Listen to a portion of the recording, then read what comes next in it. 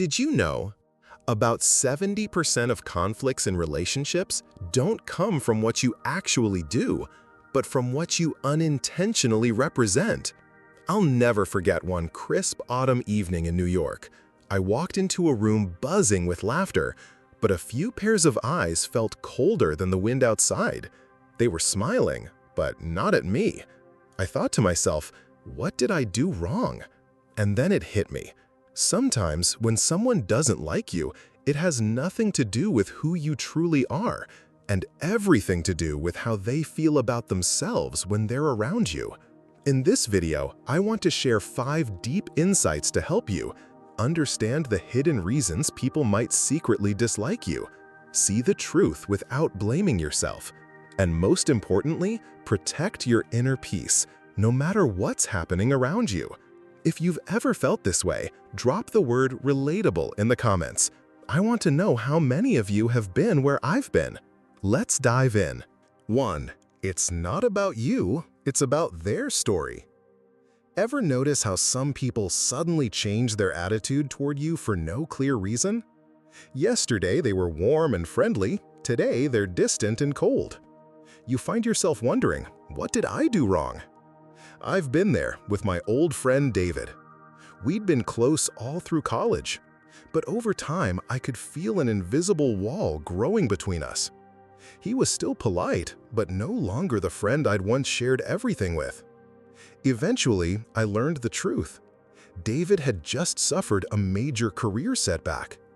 Being around me reminded him of a dream he had abandoned. I hadn't done anything wrong, but my presence forced him to face something he wanted to forget. The truth is, people often don't dislike you. They dislike the part of themselves that you unknowingly remind them of. Lesson: when someone acts cold, resist the urge to take it personally. Their reaction usually reflects their own inner battles, not your value. Hold on to your peace. Don't carry emotions that don't belong to you. And if you think this is rare, wait for part 2. I'll show you how even the kindest actions can be misread, and how first impressions can be far more misleading than you realize. 2. First impressions are powerful and often wrong. Have you ever assumed someone didn't like you, only to discover you were completely wrong? That was me with Sarah, a new coworker. At our very first meeting, she barely smiled, kept her distance, and only spoke when necessary. I immediately thought, okay, she's not a fan of me. Weeks later, we were assigned to the same project. Working side by side, I found out Sarah was funny, smart, and deeply kind. Why had she seemed so cold at first? Because she'd worked in a toxic environment before and had taught herself to put up walls until she felt safe. First impressions are like snapshots. They might look flattering, or they might be completely distorted. Either way, they almost never tell the full story. Lesson: don't let a first impression become a life sentence for a relationship. Give people the benefit of the doubt. Sometimes one real conversation is all it takes to change everything. And here's the interesting part. Sometimes just one tiny change in your life can flip how others see you, for better or worse. That's what I'll share in part 3, and trust me, it's shockingly simple. 3. Small changes, big shifts in perception. Sometimes the smallest change can make the biggest difference in how people see you. I realized this when I started jogging every morning. My goal was simple: get healthier, sleep better. But a few weeks in, I noticed something strange. I had more energy, my posture improved, and I found myself smiling more when greeting colleagues. Then, people started responding differently. Folks who'd barely talked to me before were suddenly striking up conversations. One even invited me out for coffee. A close coworker told me, "I don't know why, but lately you give off such a positive energy. It feels like you've completely changed."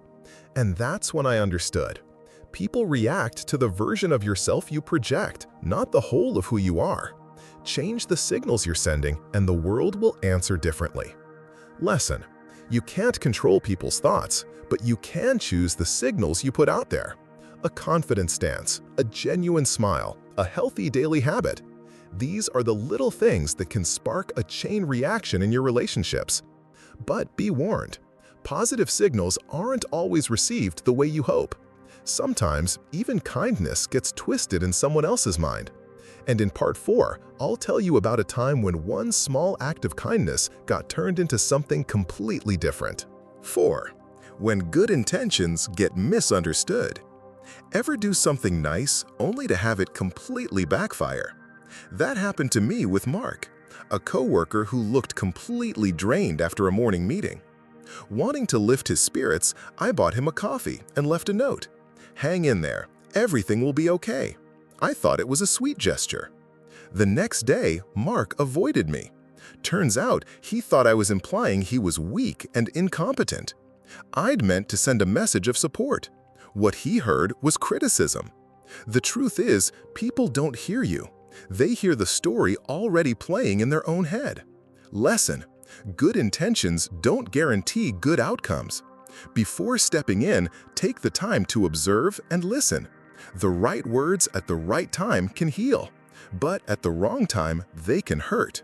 And that's why you can never please everyone. No matter how good you are, some people will still dislike you, just for being yourself. In part 5, I'll show you why that's not only okay, but actually one of the most freeing truths you can embrace. 5. You can't please everyone, and that's okay. You can be the kindest person in the world and still have people dislike you. For a long time, I tried to win everyone over.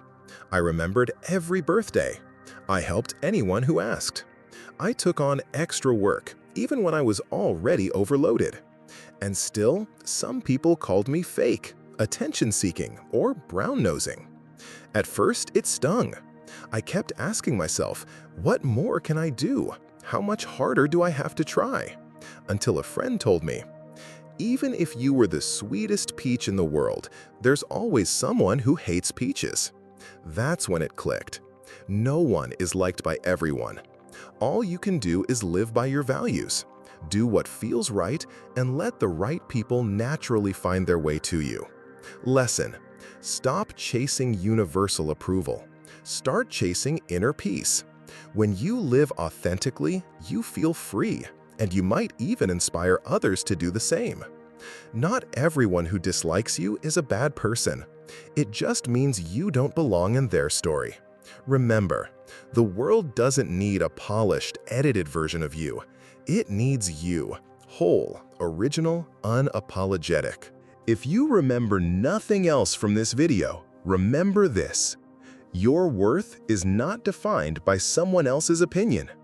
From misleading first impressions, to tiny changes that shift how people see you, to good intentions gone wrong, to accepting you'll never please everyone, all of it points to one truth: you have the right to be fully yourself. Think of it this way: you're a book. Not everyone will like your story. That's okay. What matters is that you write it in a way that makes you proud, not just to please every reader. Don't let the fear of being disliked steal the joy of being you. If you've ever felt misunderstood or unfairly judged, share your story in the comments. And if you know someone who needs this message, send them this video. Because sometimes the right words at the right time can change a day or even a life.